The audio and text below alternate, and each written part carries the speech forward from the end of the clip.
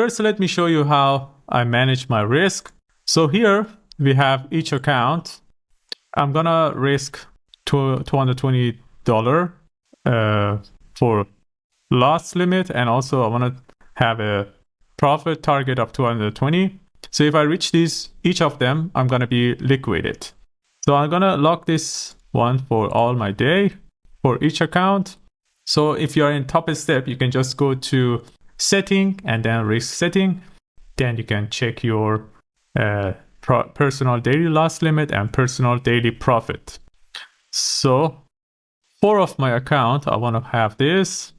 And 1 account, I just leave my personal daily profit 5,000, just in case something happened, like a very good news or very bad news that market is just dropping or going up. I want to have that opportunity.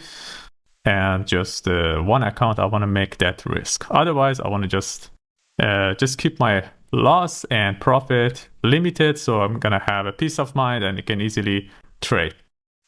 So I'm gonna lock this one, and here